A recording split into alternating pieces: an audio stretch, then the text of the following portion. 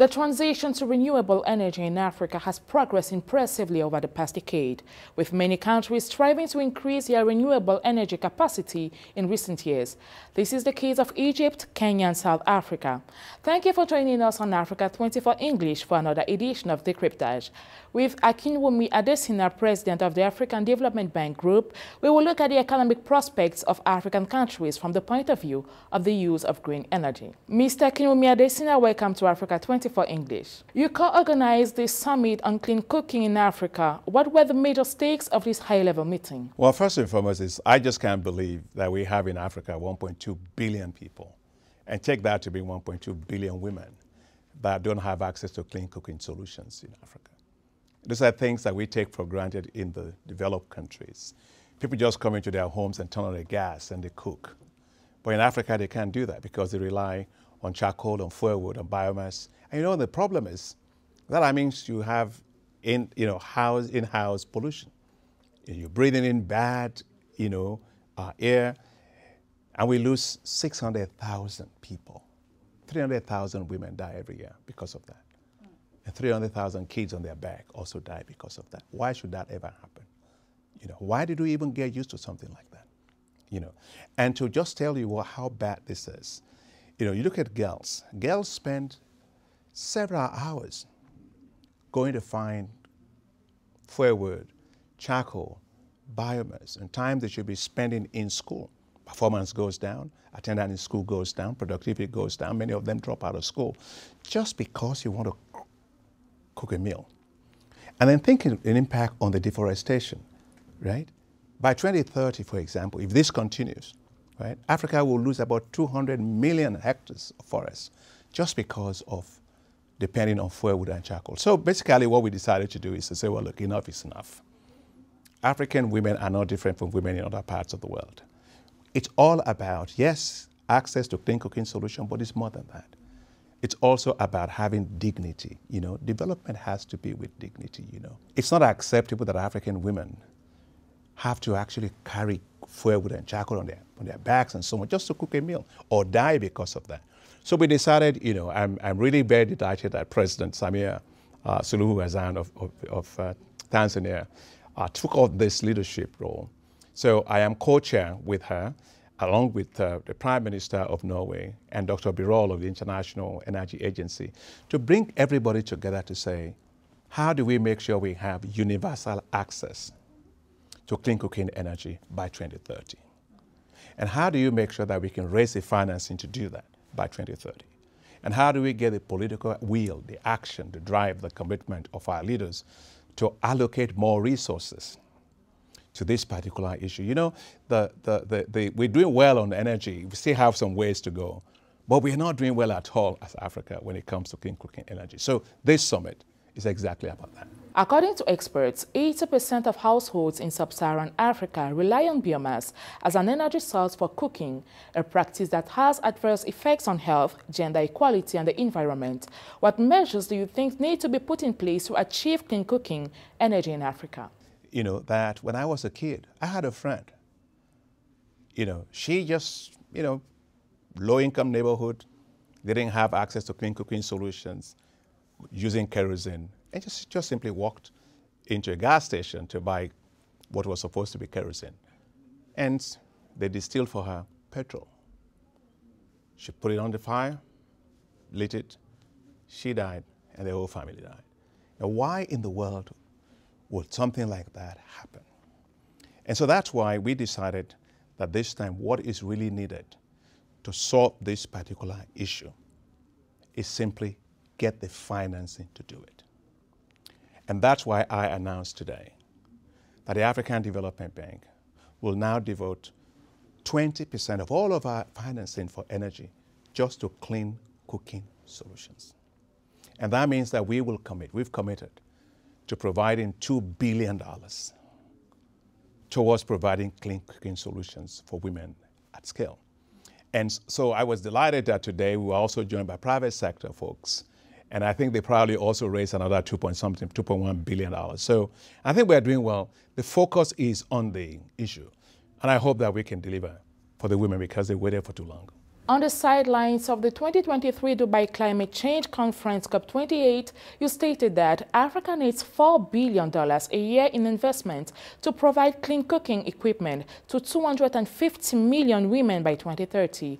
How does the African Development Bank plan to mobilize its funds? Well, the African Development Bank, the resources we are putting in it's a lot of money. That's $2 billion over 10 years. That's $200 million a year. Okay, which we can actually use to leverage. If we get private sector, we can de-risk the private sector, we can leverage more of their money, so that's okay. But the other part of it, which I think it's really important, is also how to find additional ways through carbon offsets, for example, carbon credits. Okay, so for example, if you're using clean cooking solutions, or you're not using firewood or charcoal, so it means the amount of forest you're cutting down, it's much, much lower. And therefore, the avoided deforestation, you basically can package it and then sell that off as a carbon credit.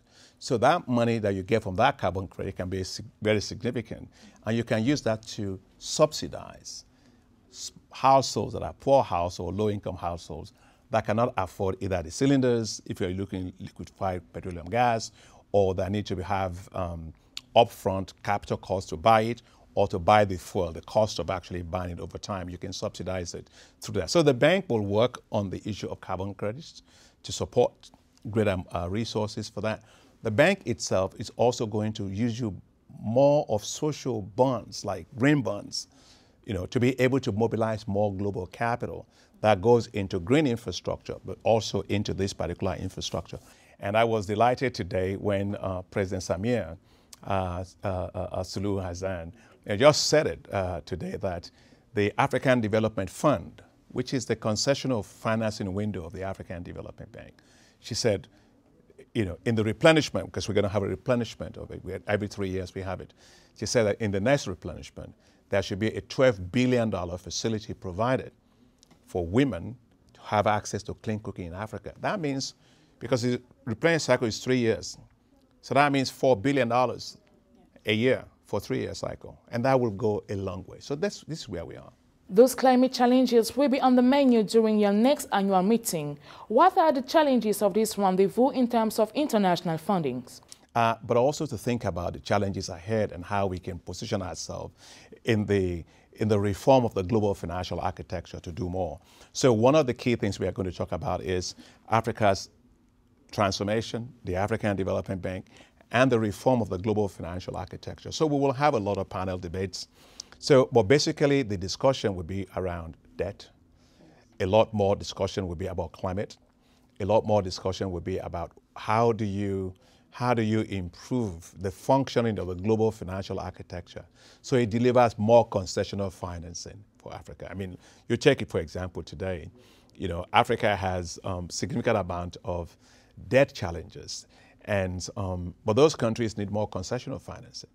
And so how do we increase the pool of concessional financing available to these countries will be one of the things that we'll talk about. And also one of the things that will be on the rendezvous, as you've said, is also going to be on climate change.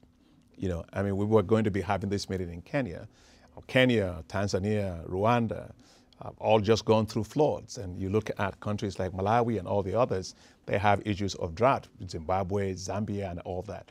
So climate change is costing Africa anything between $7 to $15 billion a year. And if that continues, it will reach $50 billion a year by 2040.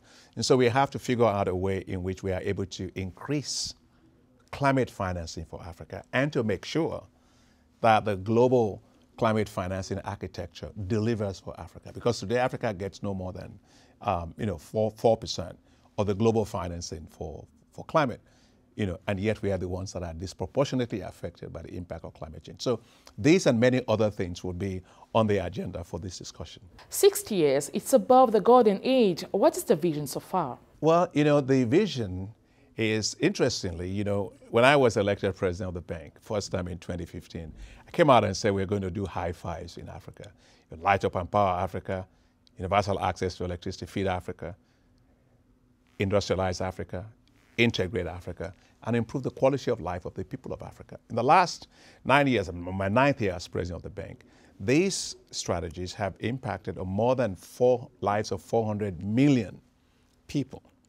And so this is highly transformative. However, when we had to develop our new 10-year strategy, our board of directors said, why don't you guys go ask the countries whether they want to do something different? So we went back and asked the countries. We're a very transparent institution. Guess what the countries told us? Change nothing. Just continue the same high five that is delivering impact for Africa, because it's an accelerator of the growth trajectory for Africa. Because United Nations development programs found out that if Africa actually achieves those high fives, it will have achieved 90% of the Agenda 2063, the Sustainable Development Goals. So the future is still going to be scale, scale, scale. The high fives continue to be at the core of the agenda, but we will focus a lot more also on issues of climate, a lot more on issues of women and youth in particular, to create more jobs on the continent. And of course, how to also reduce some of the vulnerabilities that comes from the challenges we have from insecurity that creates some destabilization sometimes. But I always say, look, it doesn't matter what the challenges are. A pilot always tells you, tighten your belts. You're going to pass through some turbulence and everything will be fine. I think Africa has gone through a number of turbulence from COVID. It's gone through climate change. It's gone through debt issues. It's gone through geopolitical risks arising from the Russian war in Ukraine. But Africa today has 11 out of the 20 fastest growing economies in the world. So I'm confident about Africa's growth trajectory. I'm confident about its population of young people being entrepreneurial, very dynamic, and they will become the workforce of the world. I'm confident that what everybody talks about, energy transition in the world, is going to depend on Africa. We've got the solar, we've got everything here. We've got all the hydro here, we've got all the wind, to be able to be a global powerhouse in this particular area. And when anybody talks about electric vehicles, well, guess what? Electric vehicles run on some green metals. They run on platinum. We have 90% of the platinum. It runs on copper, it runs on cobalt, it runs on manganese, it runs on lithium. Africa is the home for all of those things. So when you talk about the future, I think the future of Africa is bright. I actually believe that you will see significant amount of investment coming to Africa in the years ahead because of all of the work that we all are doing to make sure the countries have strong macroeconomic policies, but that we continue to invest in critical infrastructure and human capacity to take advantage of opportunities like that we have. We have agriculture. We have 65% of all the arable land left to feed the world, not in Russia, not in Ukraine, not in the US, not in Europe, not in Latin America, it's in Africa. So what we do with it will determine the future of food in the world. So watch Africa, watch Africa's space. Mr. Akinwumi Adesina, thank you for being Africa 24's English guest.